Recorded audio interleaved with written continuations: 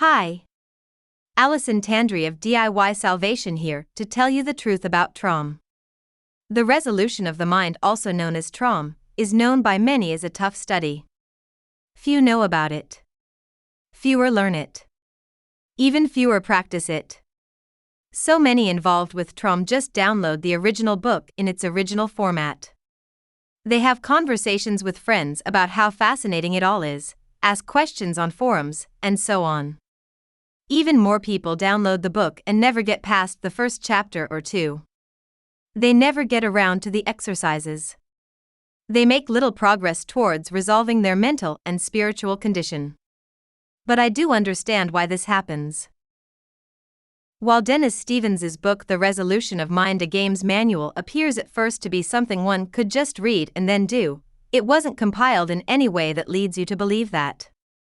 Dennis did considerable research into the mind and spirit in the late 1970s, then had a friend type up such research notes.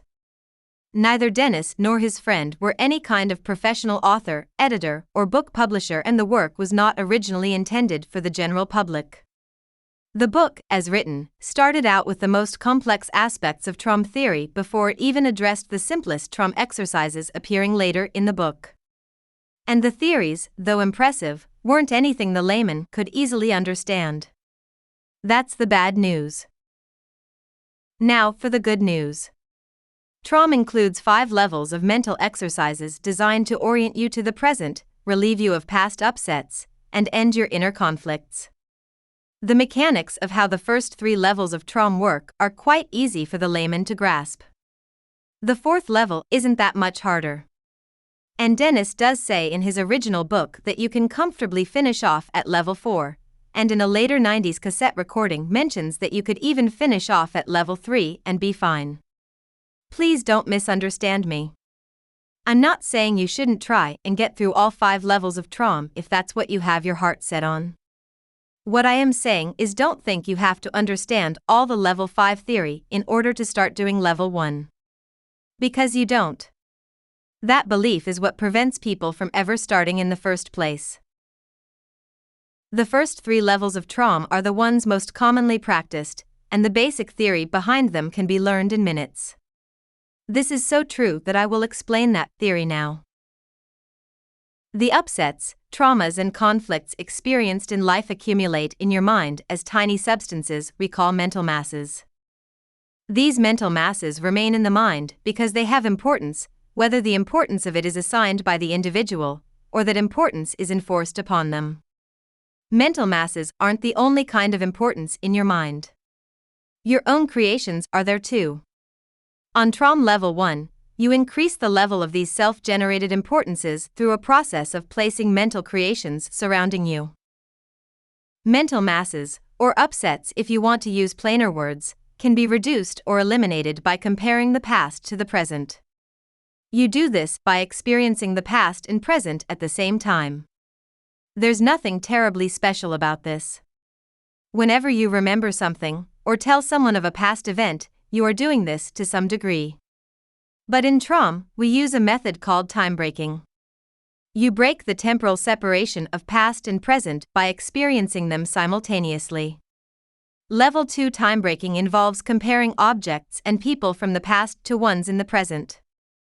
On TROM level 3, you experience events from the past while maintaining awareness of your current surroundings.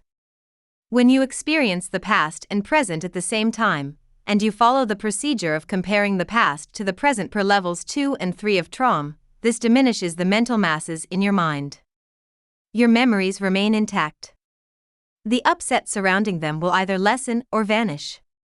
Because time-breaking past events diminishes mental masses, this can leave one feeling imbalanced. You've lost something that's important to you. That's when you use that first exercise I mentioned, where you create importances of your own. You use them to fill the void in your mind. During the course of these exercises, emotions, sensations, and thoughts from the past will surface, and all you need do is continue the exercise until they fade away to trouble you no more. There's not much more to it than that. You release yourself from what troubles you by experiencing the past and present at the same time, and then create something to replace what you've lost in order to maintain your mental balance. And that is the simplicity of how TROM levels 1 through 3 work. TROM is not some sort of quick fix for the mind, if there ever could be such a thing in the first place. But you will notice improvements over time that begin almost immediately after commencing TROM exercises. And while you reap the rewards of TROM exercises, you can then study the rest of TROM theory at your own pace. Our layman-friendly edition of Dennis's original book helps you do just that. Download it for free in this video's description.